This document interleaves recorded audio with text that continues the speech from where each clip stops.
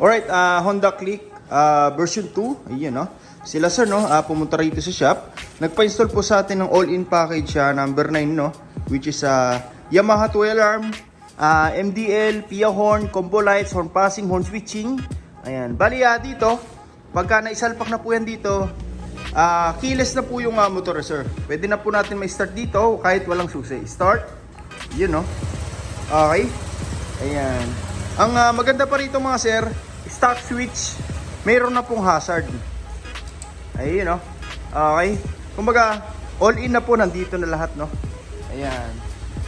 Hindi po tayo nagpapalit ng mga aftermarket na switch na ilang buwan lang nasisira agad, no? Mas matibay pa po kasi itong stock mga sir. Kung ano po yung meron doon, hazard, meron dito. Passing switch, meron din po dito. Ayan. Okay. Ayan.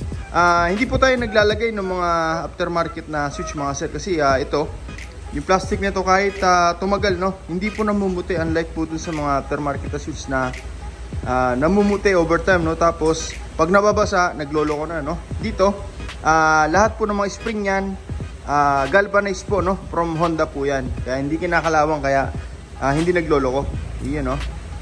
Ayan. Tapos ang maganda pa rito mga sir, since dito po natin in-start, may option tayo. Pwede pa rin dito. Okay, sa susi natin. Ayun, no. Makakapag-start po tayo. Kahit wala po itong alarm mga sir, Ito, tanggalin man natin to. Yung motor natin, gumagana pa rin. Okay. Ayan, anti-tip po ito mga sir. Anti-nakaw sa motor, no. Ayan. Check natin yung mga wirings. Ayan. Kung mapapansin nyo mga sir, marami na po tayong na-install, pero kukunti lang po yung makikita nating wire, no. Actually, wala nga po, no, kasi nakabalot lahat, no. Ayan. Ginagaya po natin yung mga manufacturer ng motor. Nakabalot po para pang all-weather, no. Umulan umaraw, hindi tayo mangamba na baka magkaroon ng malfunction, no. Tsaka mas tumitibay po ang wirings mga sir, lalo pagka naka-harness na. Ayan. Magasigasan man po yan ng mga mekaniko in case magpapa-PMS tayo, hindi po yan basta-basta masusugatan. Okay? Ayan po yung maganda sa mga nakabalot po, no. Kaya lahat ng manufacturer ng motor, binabalot po talaga nila. Siguro after 2 years mga sir, balatan po natin itong ginawa natin. Sariwa pa rin yung laman sa loob niyan, no? Okay. Mula rito sa ating domino switch, original po yan para sa high-low ng MDL. And then yung ating passing switch para naman sa combo lights. Tapos yung ating horn switching, stock to loud. Ayan. Lahat po yan mga sir, nung nabanggit natin na switch, sama-sama po yan sa isang harness. Okay? Pababa po yan, umikot yung chassis. Tapos PIA horn, original po ito mga sir. Hindi po ito yung replica o yung class A, no? Pati itong domino switch natin, original din po yan mga sir. Ayan. Lahat po yan mga sir, dumaan po yan dito sa isang harness. Papunta po yan dito sa ating power module. Iyan, no? Siya po yung distributor ng power, no? Mula sa battery, papuntang trigger sa mga switch. And then papunta na po na output sa PIA horn, sa alarm, sa MDL. May kanya-kanya po output yan mga sir, no? Ayan, hindi po na po tayo magkakaroon ng fluctuation sa kuryente kahit po magsabay-sabay po yan mga sir. Dahil po yan dito, no, sa power module natin. Wala na tayo makikita mga kung ano nung relay na nakasalpak po dito, no? Nagpapasikip pa po dito sa area, sa part na to. Ayan, andito na po lahat yan. Denso po yan, ano, made in Japan, kaya matibay talaga. Marami na tayong customer na ito pong gamit. Hanggang ngayon mga sir, all goods pa rin, no? Ayan, ang kagandahan pa dyan, since sa wiring na po natin ng ganito, fix na po yan dito, just in case magpalit man tayo ng busina, MDL, alarm, salpak-salpak na lang po. Kumbaga plug and play, no? Hindi na po natin kailangan mag-rewirings, ready to use na agad pag nasalpak na. Kahit anong brand po ng PIA, ng busina, kahit anong brand ng MDL, ng alarm, applicable po yan sa wirings natin. Yun, no? Okay. Ang isa pang maganda rito mga sir, since naka-power module tayo, wala na po tayo makikita ang kalat-kalat na wirings dito. Lahat po yan, sinisecure po yan ng electrical tape, no? Ayan, para kung sakaling umulan umaraw, maabutan man tayo ng ulan sa daan, hindi po basta-basta luluma o magmamalfunction yung wirings natin dito, no? Ayan, yun kasi yung problema ng iba, no? Pagka nababasa, nagluloko na. Ayan, dito, nakabalot po lahat yan. Tsaka nakahinang po yan mga sir, ito po yung output ng MDL, no? Para mas maganda yung kapit ng wirings, matagtag man yung motor na sir, malubak man, hindi tayo magkakaroon ng fluctuation. Yung loose contact na tinatawag, no? Ayan. Kahit lumiko-liko po dyan, hindi po yan mababatak. Ayan o. Ngayon, ikakabit na lang natin yung mga pairings, tapos yung balas na MDL. Tasalpak na lang po natin dito, no? Tapos testing na natin. Okay. Start. 1, 2. Yun, no? Okay. Natapos na po natin yung motor na sir, no? Honda Click version 2, package number 9, no? Which is Yamaha alarm, mini driving, PIA horn, combo lights, horn passing, horn switching, rapid horn. Ayan. Okay. Tapos hazard, no? Okay. Yung hazard, ayan. Okay. Sir, papatay ako na itong MDL mo, no? Ayan. Passing light. Yan, no? Sa passing light, mga sir, kung makapasin nyo, no? Hindi lang po mini driving umilaw. Sumasabay po dyan yung headlight. Okay? Ang maganda pa dyan, pwede pa rin tayo mag-hilo ng headlight nang hindi sumasabay yung mini driving. Sa mini driving, hindi naman sasabay yung headlight. Pero pag nag-passing, automatic sabay po lahat yan. Yan po hindi difference ang gawa natin sa iba, no? Usually pagka nag-passing sa nag-high ng MDL, usually wala na passing po yan, no? Pero dito, may headlight pa rin. For example, headlight naman yung naka-high, meron pa rin MDL na papalit for passing. Ayan. Okay, pag naka-on naman lahat, automatic may passing pa rin. Hindi tayo mawala ng passing light yan, mga sir. Yan po yung combo lights natin, no? Ayan, pag nakapatay lahat, automatic, magpapassing lahat. Sabay-sabay po yan. Ayan, no? Tapos, maganda pa rito, kahit po naka-on lahat yan, may passing pa rin. Okay? Ayan. Sir, pa-off naman lahat.